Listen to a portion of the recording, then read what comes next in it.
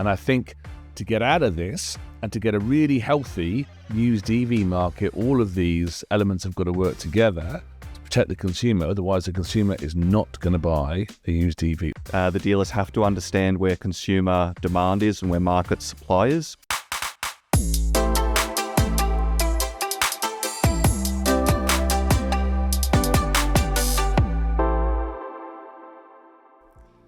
Welcome to the AutoTalk Podcast, Craig. Thank you, Glenn. How are things? It's been busy, but not as busy as you are here. You had a pretty big week last week.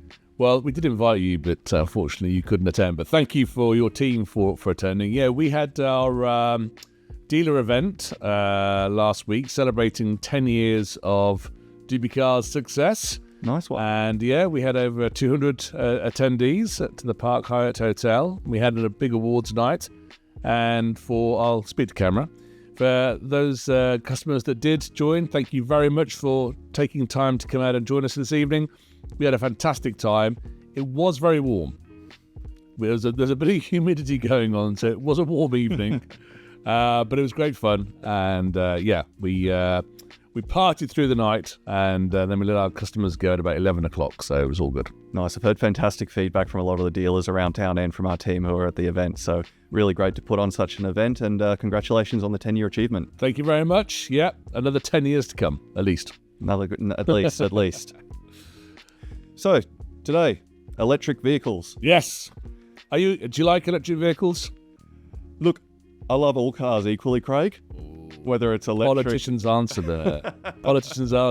Do you like electric vehicles, Glenn? I think there's some really cool electric vehicles, and I think there's some ones that don't excite me as much. How about you, Craig? I don't like them. Okay.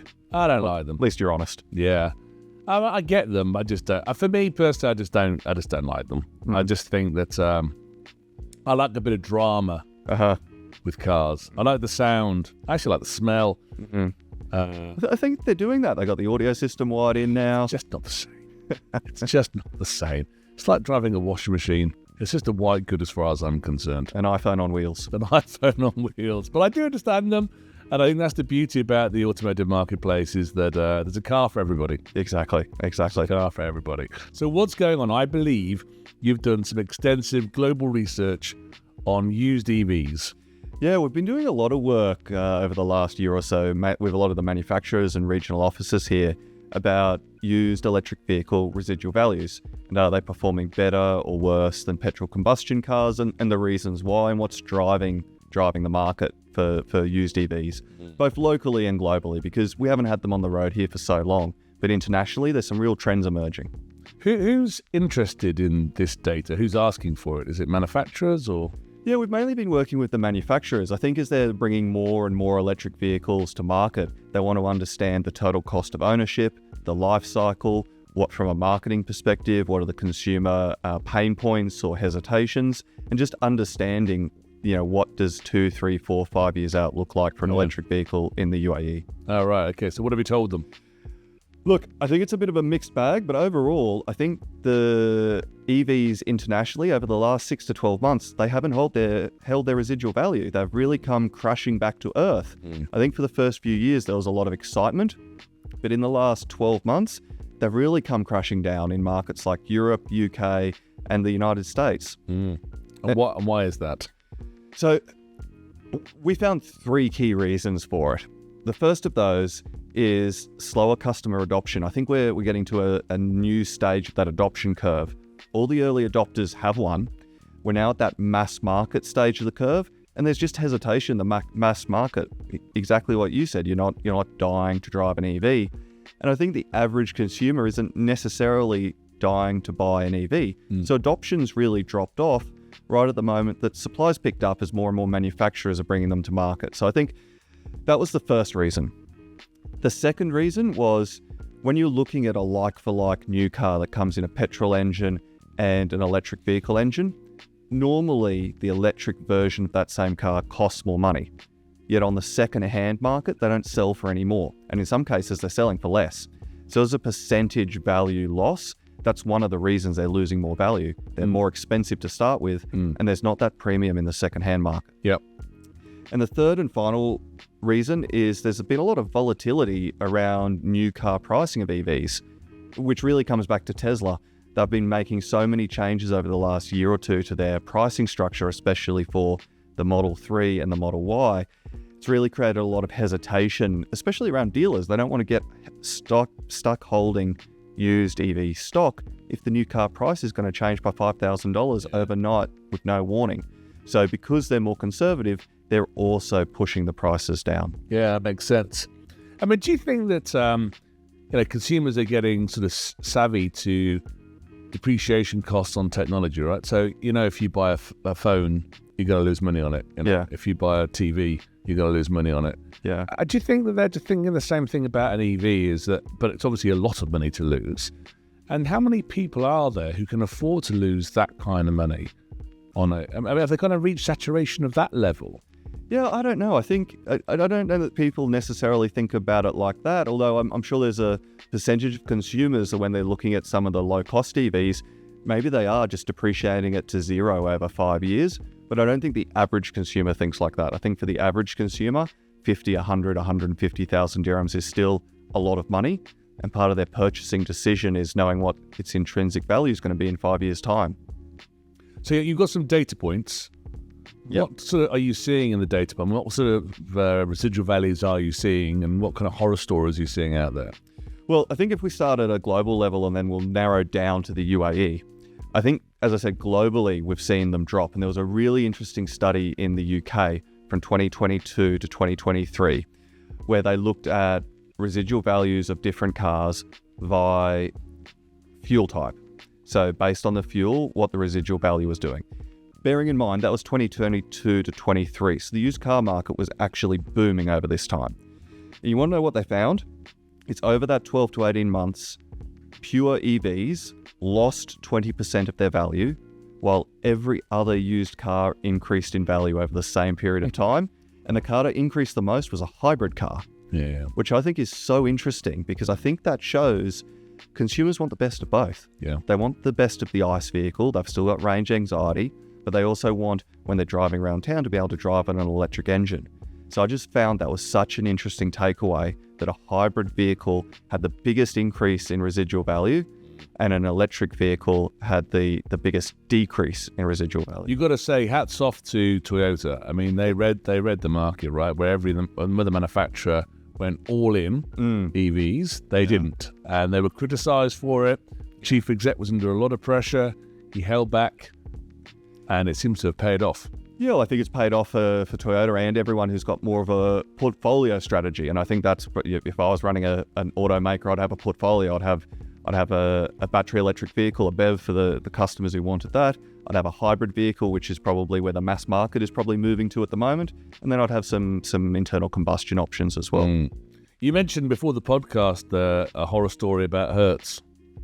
Yeah, Hertz US, I don't know if you're familiar with it, when they bought all their electric vehicles, I think 200,000 Polestars and Teslas, and that was their resurrection plan to come out of bankruptcy, was to convert their fleet to EVs, appeal to a younger audience, an audience that wants to drive an EV rather than just any old rental car. And that was their strategy when they came out of bankruptcy. Fast forward a few years, the strategy went horribly wrong and they fire sailed all the cars at the start of this year. And you could pick up a second-hand Model 3 from only $18,000. No way. They auctioned them all off almost overnight, flooded the market with used EVs, and they've gone back to more of a petrol strategy. And I think they said there was a few reasons why it didn't work. People didn't want to pay a premium to drive an EV as a rental car. They had huge range anxiety, because if you're traveling somewhere and you're renting a car, that's the last thing you want, to run out of charge. And the third and most interesting thing, they found that they were having more accidents and they were costing more to fix. People weren't familiar with the cars, they had more power, the controls were different, they were getting involved in more and more accidents, and they cost more to fix. So they were less popular, more expensive to run, they depreciated faster, and they took I think it was over a $200 million loss on that fleet getting rid of them. Yeah. I mean, in some respects, it's good that the rental companies haven't gone all in on EVs, because then the market would be completely swamped with used EVs at ridiculous prices. So in some respects... Contrast that to here. When was the last time you caught an Uber I'd say over 50% of the time I get an Uber now, I get an EV. So I think that might be coming in this market. You see a huge number of Tesla Model 3s on the road and Model Ys as EVs. So it'll be really interesting to see how that plays out in the next 1, 2, 3 years as they come off fleet. Yeah. No, exactly. I mean, there's definitely going to be volume coming in. So I mean, kind of that, I suppose, leads us nicely onto the local market and what does this mean for the local market and what can car dealers do to protect themselves against these things. Yeah, well, when we look at some of the data in the local market, we're seeing that if we look at the Tesla Model 3, for example, because it's been around for 3 or 4 years in the market now, and it's the highest volume car that we're seeing in the used EV market, we're seeing them sitting a 3-year-old car at about a 67% residual value. If you compare that to a competitive car in an ICE variant like a C200 Mercedes, which is probably the category leader for that sort of premium small sedan, and they've got about a 73% residual value, so almost 10% better. But our forecasts show that gap's really going to start to open up in the next few years. The Tesla's probably going to lose a little bit more of that residual value as more and more cars hit the secondhand market. And the traditional ICE cars are probably going to keep holding their residual value. And I was talking to a dealer last week who was actually saying they traded in a very young EV recently here in the UAE. And they couldn't find a single dealer to buy it off them secondhand, the trade-in car. Not the official dealer and not any of the unofficial dealers. So I think used car dealers are really hesitant around EVs at the moment. Yeah. In fact, we did some research at the start of this year, and we did it on consumers and the reasons why they wouldn't consider a used EV. And you've got all the usual, you've got, the consumer knows they're going to lose money. That was interesting, as that was one of the top 3 things. They knew they were going to lose more money if they bought an EV, even on a used EV. Wow. Range anxiety, standard. Yeah. I think that's going to be there for a while. Yeah. But battery life and battery health was the number one thing. And there's a massive concern that, yes, there are warranties, right? But how good are those warranties? And do they protect you against the battery? The battery on some of these Teslas is very expensive. And if it goes, you've got no choice. You have to replace it. So I think from an industry point of view, it's going to be a real challenge, right? Because if consumers aren't rushing towards them, there's obviously going to be more coming back into the market. There's going to be more new cars coming in at lower price points. Yeah. I don't think, personally, this is a challenge just for used car dealers, right? It's a challenge for a much wider issue than that. I think it's a government issue. Yeah. I think it's an industry issue with the manufacturer. I think it's an issue with the battery manufacturer. I think it's an issue with the consumer. And I think to get out of this and to get a really healthy used EV market, all of these elements have got to work together to protect the consumer. Otherwise, the consumer is not going to buy a used EV, or certainly they'll be reluctant to buy a used EV. Yeah, you're right. I think it's a too difficult problem for us to solve here on this podcast. But I think the manufacturers are aware of it and they're thinking about it. And I think as more and more cheaper new EVs hit the market, used EV residuals keep dropping, the manufacturers are probably going to have to support them. Or maybe consumer behaviours changes, Craig, to what you said. Maybe they just become cheap enough that people say, I'm going to pay 30, 40,000 dirhams for this car. I'm going to keep it over 7 years. In the same way I replace my iPhone every 2 to 3 years, I'm going to replace this car every 7 years. And if it's got any residual value, then that's a bonus. Yeah. I mean, I did hear a conference I went to not long ago that was some very innovative Chinese battery manufacturers who were actually doing health checks of the battery. Oh yeah. So they would base, which you could do with your iPhone, right? So can come out and tell you the health of the iPhone. So they come out and actually check the battery life and give you a certificate. Yeah. So I just think they're the things that car dealers have got to think about. If they are taking an EV, can they get the battery check? Can they give some sort of health check? Can they tell the customer that the warranty will protect them for 8 years on the battery? Yeah. Regardless, they're completely protected. Can they get really good finance deals and lock the customer in for 3, 4, 5 years on that where customers aren't thinking upfront cost, they're then thinking monthly. So I think they're the kind of strategies that dealers are going to have to think about if they are going to stock used EVs. And it sounds like some of them don't.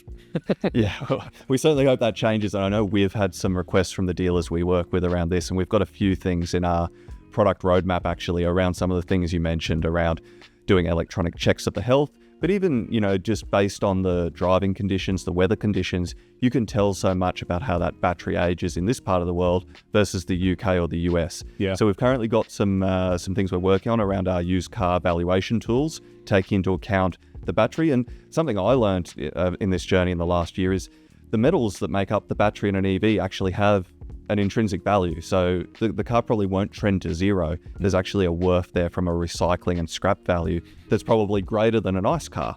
Yeah. So I can just see the advert now on DubiCars, saying, "Don't worry, this car will be worth something in scrap." So therefore, it's not all bad. But that sort of leads us back to the previous podcast. It's telling a story, I suppose. So, yeah. So what's the to wrap this one up? What would you say are we're obviously talking to the car dealers of the UAE. Yeah. What are the three things that car dealers in the UAE should think about when it comes to stocking a used EV?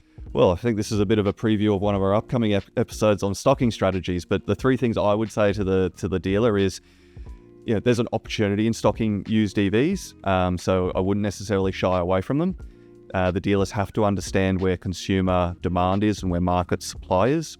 And they also need to have a solid way of valuing them, understanding the mechanical and the battery side of the vehicle. And I think if they can master those three things, there's certainly an opportunity and money to be made in used EVs. Mm-hmm. Yep. Okay, very good. Then, thanks for that. Thanks, Craig. Speak to you next time.